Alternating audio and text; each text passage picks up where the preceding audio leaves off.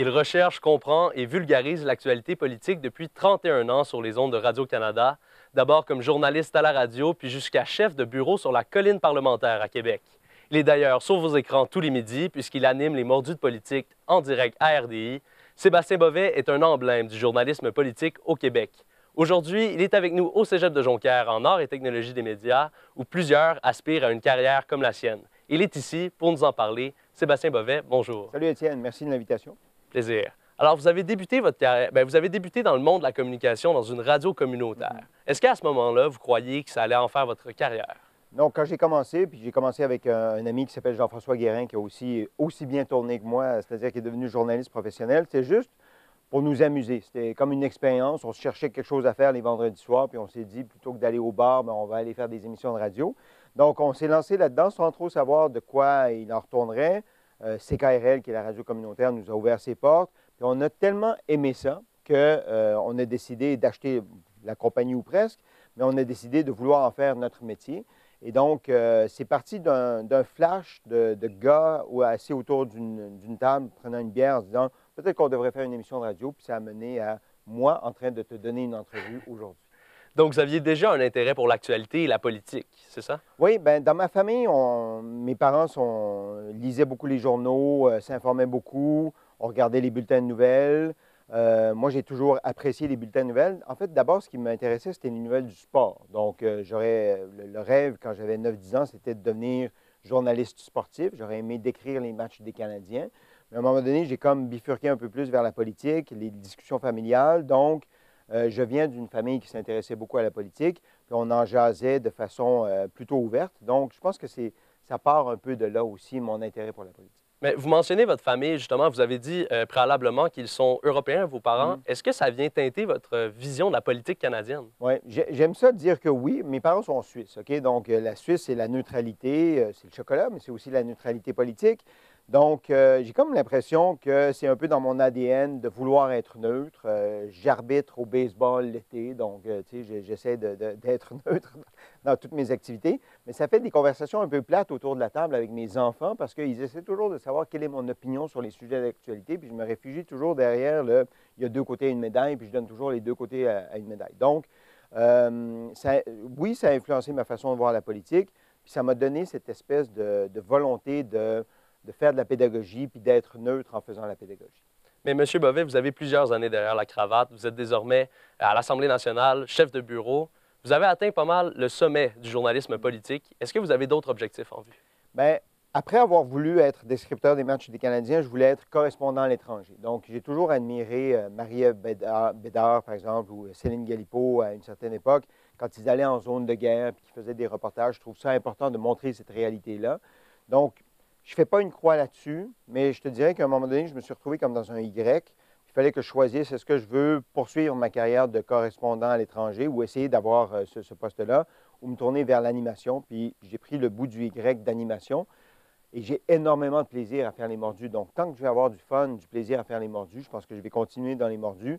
Mais c'est toujours un peu à l'arrière de ma tête quand même, cette idée d'être correspondant à l'étranger. Parlons des mordus, justement. Vous les animez à chaque midi. Et puis, je suis allé vous visiter en janvier et brisons le mythe, là, c'est pas une vraie fenêtre derrière vous. Oui, on perd ses illusions. En effet, c'est un placement. On a l'impression que c'est la fenêtre du Parlement derrière moi, mais c'est un placement, c'est un écran de télé. Donc, ça fait partie de la magie de la télé.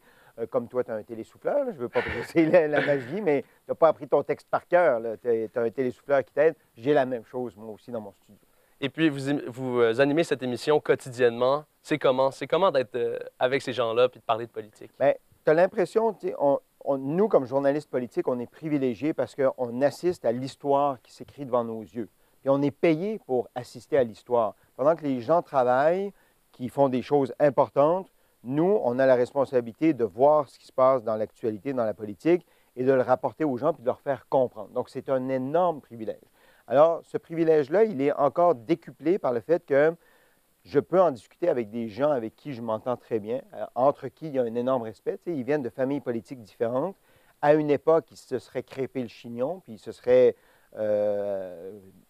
ils auraient fait en sorte qu'ils n'auraient pas eu les mêmes opinions. Mais là, ils n'ont pas les mêmes opinions, mais ils ne se crêpent pas le chignon. C'est-à-dire que c'est le choc des idées. Chacun vient d'une famille politique différente. Puis ils font en sorte que, quand tu regardes l'émission, tu peux mieux comprendre l'actualité. Tu peux voir qu'il y a des points de vue différents. Alors, j'ai le meilleur des mondes. Dans le fond, j'ai énormément de plaisir à faire cette émission-là parce qu'on a l'impression de faire œuvre utile, en particulier dans le contexte actuel de tarifs, de menaces et ainsi de suite. Mais justement, le contexte actuel, on entend souvent le mot polarisant, comme quoi que c'est plus divisé que jamais. Mais avec les mordus, ça semble être quand même, somme toute, en harmonie. Oui. Vous semblez quand même s'entendre. Est-ce qu'il y a une différence entre la réalité, entre les mordus, justement, et la réalité? Bien, je trouve ça intéressant ce que tu dis parce que les débats qu'on fait se font dans le respect. Tu sais, on ne tolérerait pas que nos panélistes se manquent de respect les uns envers les autres. En même temps, ce pas des blocs de glace. Tu sais, ils ont leurs émotions. Puis des fois, les arguments des uns peuvent venir les chercher. Il y a de la tension qui peut monter, mais ça dérape jamais. Donc, c'est important d'avoir des débats sereins parce qu'en effet, quand les opinions sont polarisées, il n'y a pas de problème à ce que les opinions soient polarisées, mais c'est quand on n'écoute plus l'autre que là, ça devient dangereux, je trouve, pour la démocratie. Il faut être capable de faire des débats sereins, même si on n'est pas d'accord avec les opinions de l'autre, au moins il faut les écouter, puis tenter d'argumenter, mais argumenter de façon respectueuse. Puis on peut s'entendre pour se dire qu'on ne s'entend pas non plus à la fin de la discussion, mais il ne faut pas que la tension monte dans ce genre de débat-là. Il faut que ça se fasse de façon sereine. Somme toute, diriez-vous que c'est donc un manque de respect si on dit qu'il y a beaucoup de tension en ce moment dans... Je ne dirais pas que c'est un manque de respect. Je dirais qu'il y a un danger que ça tombe dans le manque de respect. Je dirais que quand M. Trump, par exemple, parce que c'est l'éléphant dans la pièce, là, on ne le voit pas, mais c'est un peu ça, essaie d'imposer des visions sans discussion, sans consultation, qu'il se donne des pouvoirs par décret, par exemple, ça, c'est un danger pour la démocratie, que le président des États-Unis devienne super puissant. Ce n'est pas notre façon de faire. Nous, quand le gouvernement prend des décisions, en général, il consulte, que ce soit les syndicats, les groupes de pression ou peu importe, les forces vives de la société pour arriver à une décision qui, en principe, est consensuelle. Donc, je trouve que dans les décisions politiques, c'est mieux d'être dans le consensus, de prendre des décisions parfois courageuses, mais d'être dans le consensus, que d'imposer des décisions comme le fait M. Trump. Ça, c'est dangereux. Okay. Et justement, Sébastien Mauvais, vous êtes aux premières loges de l'actualité. Est-ce que des fois, vous pouvez vous en tanner ou être découragé par l'actualité? Ben non. Je suis encore comme un enfant dans un magasin de bonbons quand l'actualité se présente. J'ai toujours l'impression qu'on a quelque chose à apprendre de l'actualité et on a quelque chose à faire comprendre aux gens. Donc, tu sais, on est comme un peu des professeurs, on fait la pédagogie de ce qui se passe dans le monde politique. Donc, chaque jour, on sait quand la journée commence, on ne sait jamais comment elle va se dérouler ni quand elle va se finir. Donc, c'est ça qui est la beauté de notre métier, c'est-à-dire que ça se renouvelle toujours. Aujourd'hui, je te dirais que ça ne se renouvelle pas nécessairement en 24 heures, ça se renouvelle d'heure en heure à cause de M. Trump, mais c'est passionnant, puis on a un rôle important puis une responsabilité importante dans la société. Je dis toujours que les médias, c'est le quatrième pouvoir. Tu sais, on est là pour faire contrepoids au pouvoir législatif, au pouvoir judiciaire puis au pouvoir exécutif. Donc, on a un rôle extrêmement important dans notre société. Et diriez-vous justement que ça vous motive d'être dans ces enjeux qui sont critiques en ce moment? C'est une bonne question parce que c'est en effet encore plus motivant. Des fois, on veut pas, ça ronronnait un peu l'actualité. Tu sais, on est sorti de la pandémie à un moment donné, puis la pandémie, c'était quelque chose d'exceptionnel aussi à vivre. On a été chanceux, même si c'était des mauvaises nouvelles, de vivre la pandémie en termes de journalistes, puis de vivre l'époque qu'on vit là. Mais entre les deux, parfois ça ronronnait parce qu'on avait vécu quelque chose d'exceptionnel avec la pandémie. Là, on revit quelque chose d'exceptionnel. Donc, c'est une lourde responsabilité qu'on a, mais c'est très stimulant aussi comme contexte politique en ce moment. Donc, Sébastien Mauvais n'est jamais cynique? Peut-être avec ma blonde, des fois, mais autrement, non. J'essaie d'avoir un regard qui fait en sorte qu'on ne devienne pas cynique, justement. Parce que je pense que quand on est cynique face à la politique, ce n'est pas reconnaître l'importance de la politique dans nos vies. C'est extrêmement important. Les décisions que les politiciens prennent sont lourdes de sens pour notre vie.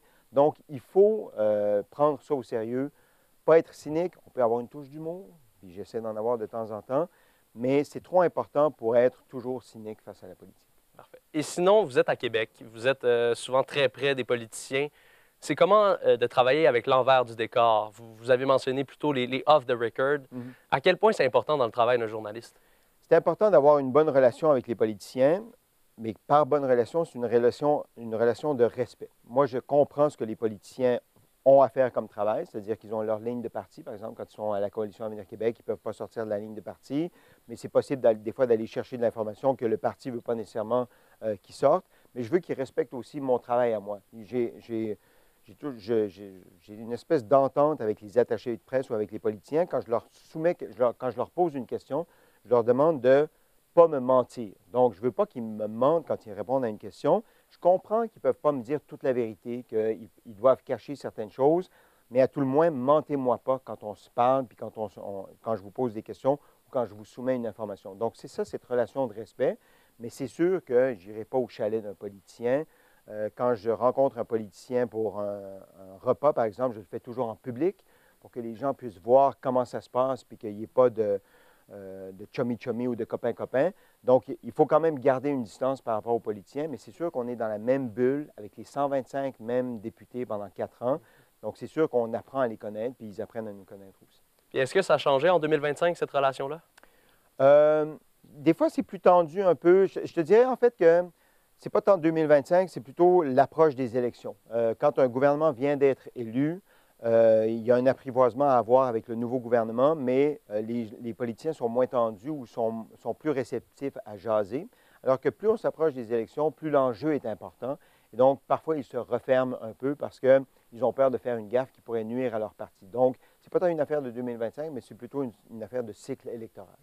Et pour conclure, qu'est-ce que Sébastien Bovet fait pour s'évader justement de ce monde politique ou juste changer d'air simplement? Je fais du vélo stationnaire, puis de la course à 5 heures du matin quand je me lève. Autrement, j'arbitre parfois au baseball, puis je suis mes enfants dans leurs activités. C'est ça qui me permet de décrocher. Ça m'arrive aussi de temps en temps d'ouvrir une bière. C'est pas inimaginable. Non, non, c'est ça. Si vous me voyez un jour avec une bière, c'est pas inhabituel. Parfait. Bien, merci beaucoup. Bien, merci beaucoup, Sébastien Bovet. C'était très Étienne. intéressant. Bye.